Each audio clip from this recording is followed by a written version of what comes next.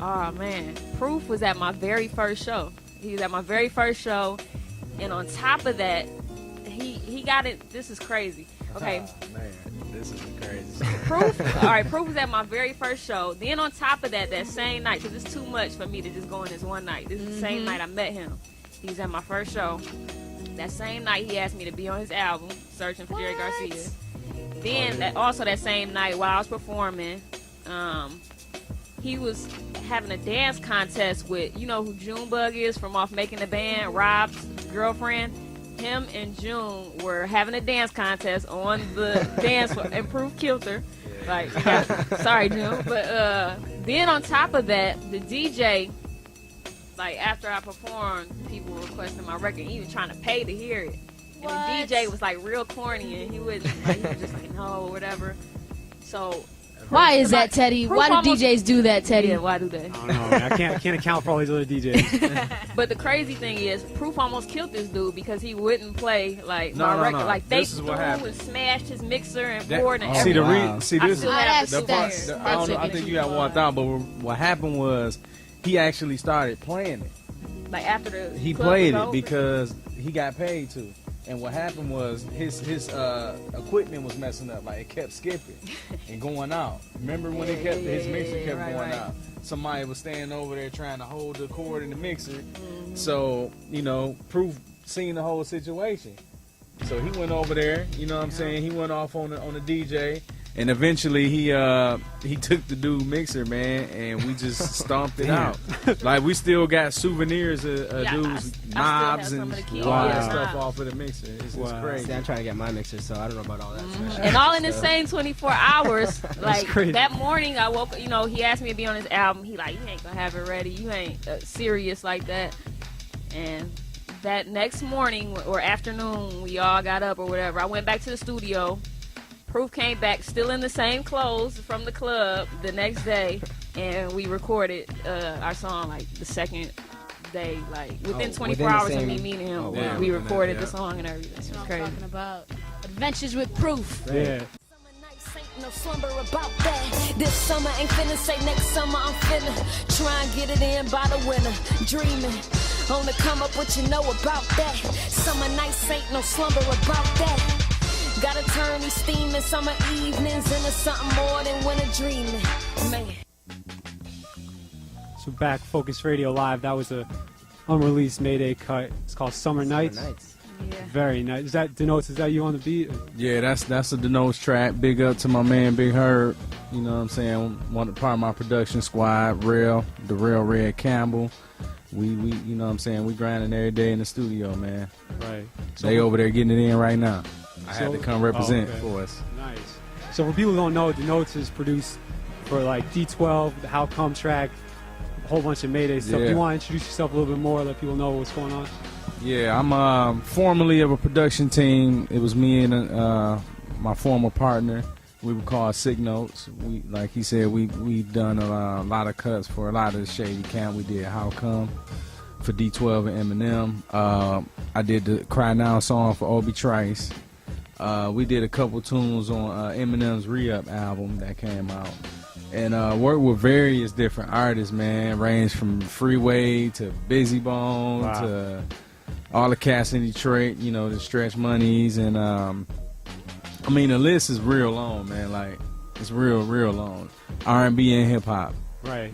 And, you know, we came together with this Mayday project, man. And I just, you know, after the split between me and Pep, you know, I pretty much kept most of the art, pretty much all the artists that we were working with, and we, you know, continued with the legacy, man.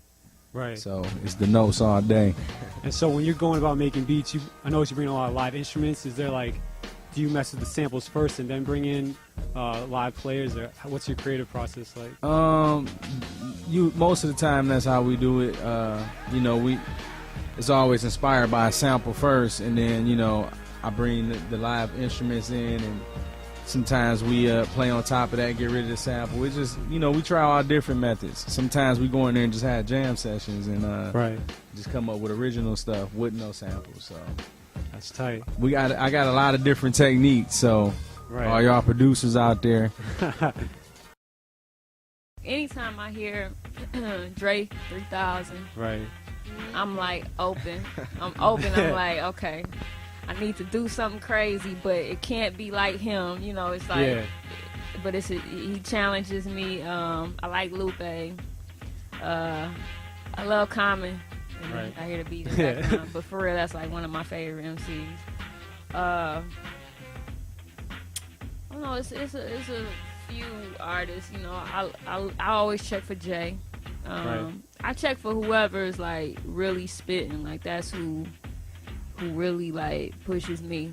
And even I check for Kanye too. You know, I don't always like what I check for, but you know, I check for him because he's always gonna come with something different, or just something that's like, it may be hit or miss, but it's something to look for because he's gonna be creative. The new, something Right. refreshing. He actually, you know, loves what he's doing. You can tell, you know, in the music, or has a, you know, some type of love or passion for it, even if it Right. doesn't come out in my taste. I Right. can respect that, you know, to an extent.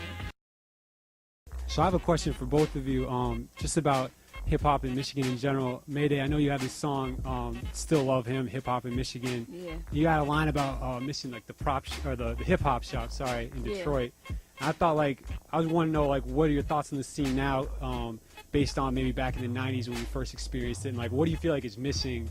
What is the element that's not there right now? Man, Proof, man. I ain't gonna Really? lie. Proof, like, see, this is, like, I'm giving from my experience. He was around the hip-hop scene in Detroit longer than I was.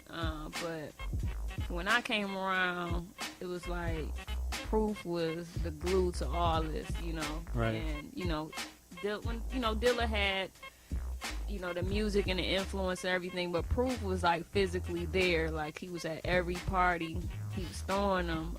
You know, he was putting people together, making sure that, you know, if there was beef within the city or whatever, that was getting squashed, and just, you know, he just made Detroit go around. And now it's like, it's a big, you know, void without Proof being there. But people are trying to come together. Shout out to Hex Murder, because you know, his family sent prayers for him because he's going through something right now. But yeah, man, Proof was just a bit. He was the main man at the hip hop shop also, you know. Right. And but you know, he's big to Detroit, and his memory alone has helped to bring people together and try to make this thing right finally. But the hip hop scene now, you know, it's some little cliques out there, but at the end of the day, you know, everybody's trying to come together and be this one big Detroit hip hop scene again. Right. It's gonna take time for people to, you know, gel and everything, but people are making those steps towards it, so that's a good thing.